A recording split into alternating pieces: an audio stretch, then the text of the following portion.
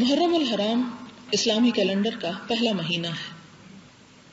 اس کا معنی ہے حرمت والا مہینہ، اور مہینوں کی یہ تعداد اور گنتی اللہ تعالیٰ کی طرف سے مقرر کردہ ہے، خود سے نہیں بنا لی گئی. قرآن پاک میں سورۃ التوبہ کی آیت نمبر 36 میں اللہ تعالیٰ فرماتے ہیں ان عدت الشہور عند اللہ 12 شہرا فی کتاب اللہ یوم خلق السماوات والارض منها 4 حرم ذلك الدین القیم فلا تظلموا فیہن انفسکم وقاتلوا المشرکین کافۃ کما یقاتلونکم کافۃ واعلموا ان اللہ مع المتقین. مہینوں کی تعداد جب سے اللہ نے آسمان و زمین کو پیدا کیا ہے، اللہ کے نوشتے میں 12 ہی ہے، یعنی اللہ تعالیٰ نے خود 12 مہینے پیدا کیے اور ان میں سے 4 مہینے حرام ہیں. یہی ٹھیک ضابطہ ہے، لہٰذا ان 4 مہینوں میں اپنے اوپر ظلم نہ کرو. 4 مہینے، 3 تو حج کے، ذی القعدہ، ذی الحج اور محرم جس میں قافلے حج کے لیے آتے اور جاتے تھے، اور چوتھا رجب جس میں عموماً لوگ عمرے کے لیے کثرت سے نکلا کرتے تھے. ظلم نہ کرو یعنی گناہ نہ کرو، ایک دوسرے کے ساتھ زیادتی نہ کرو، قتل و غارت نہ کرو، جنگ و جدل منع ہے اس میں، اور مشرکوں سے سب مل کر لڑو جس طرح وہ تم سے مل کر لڑتے ہیں، اور جان رکھو کہ اللہ متقیوں ہی کے ساتھ ہے. یعنی اگر حرام مہینوں میں وہ تم سے لڑائی کرے تو تم بھی ان کے ساتھ پھر جواب دو گے. محرم کا مہینہ جو ہے یہ پہلا مہینہ ہے اور اس کا معنی ہے حرمت والا مہینہ. اور بخاری اور مسلم کی روایت میں آپ صلی اللہ علیہ وسلم نے اپنے حج کے خطبے میں فرمایا کہ زمانہ گھوم گھام کر اپنی اصلیت پر آ گیا ہے. سال کے 12 مہینے ہوا کرتے ہیں جن میں سے 4 حرمت و ادب والے ہیں، 3 تو پے در پے ہیں، ذی القعدہ، ذی الحج اور محرم، اور چوتھا رجب المرجب جو جمادی الاخری اور شعبان کے درمیان میں ہے. اسلامی سال کی ابتدا محرم الحرام سے ہوتی ہے اور اس مقدس مہینے کی عظمت ابتدائے آفرینش سے ہے.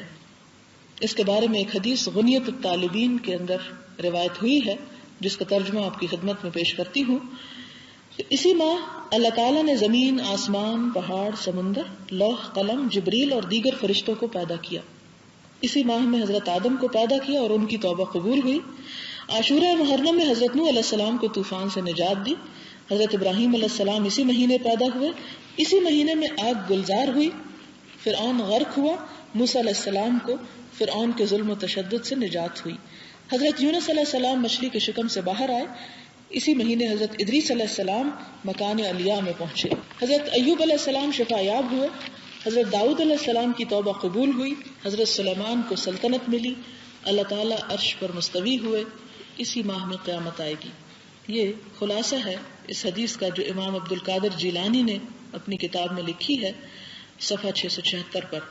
اسلام سے قبل لوگ عاشورہ محرم کا روزہ رکھتے تھے، پہلے 10 دن روزہ رکھتے تھے اور اس کے خاتمے پر عید کی طرح خوشی مناتے تھے. اسلام کے بھی ابتدائی دنوں میں عاشورہ محرم کا روزہ فرض تھا. رمضان کے بعد اس کی فرضیت تو ختم ہو گئی لیکن مستحب ہونے کا درجہ اب بھی باقی ہے. بخاری اور مسلم کی روایت ہے حضور صلی اللہ علیہ وسلم جب مدینہ تشریف لے گئے تو یہودیوں کو عاشورہ محرم کا روزہ رکھتے ہوئے دیکھا تو فرمایا تم اس دن روزہ کیوں رکھتے ہو؟ انہوں نے جواب دیا کہ یہ ہماری نجات کا دن ہے. اس دن اللہ تعالیٰ نے بنی اسرائیل کو فرعون سے نجات دلائی. تو موسیٰ علیہ السلام نے شکریہ کا روزہ رکھا.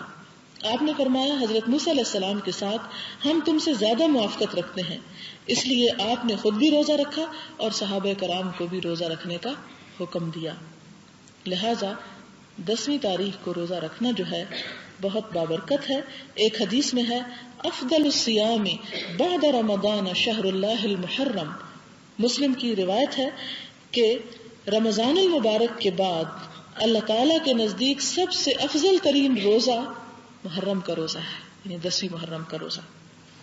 ایک اور حدیث میں ہے عاشورہ کے دن روزہ رکھنے سے 1 سال کے گناہ اللہ تعالیٰ معاف فرما دیتے ہیں. اور اس معافی کا مطلب یہ کہ جو انسان سے انسان ہونے کے ناطے کمی بیشی ہوتی رہتی ہے. مسند احمد کی روایت ہے یہودیوں کی مشابہت سے بچنے کے لیے آپ نے فرمایا کہ اگر میں آئندہ زندہ رہا تو 9ویں اور 10ویں کا روزہ رکھوں گا. 2 دن روزہ رکھوں گا کیونکہ انہوں نے 1 دن رکھا تو ہم 2 دن رکھیں گے، کیونکہ ہر کام میں یہودیوں کی مخالفت کی جاتی تھی.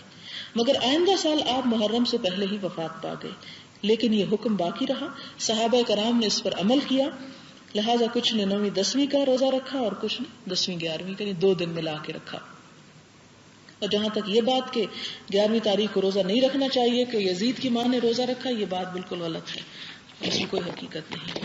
لہٰذا محرم کے حوالے سے یہی آپ کے لیے پیغام تھا کہ اس میں اور نیکیاں کرنا بھی چونکہ ایک بابرکت مہینہ ہے اچھا ہے، لیکن اس کے ساتھ خصوصی طور پر روزے کا اہتمام افضل ہے 2 رکھیں، اور اگر 2 نہ رکھ سکیں تو کم از کم 1 رکھنے کی کوشش اور نیت کر لیں. وآخر دعوانا ان الحمد للہ رب العالمین.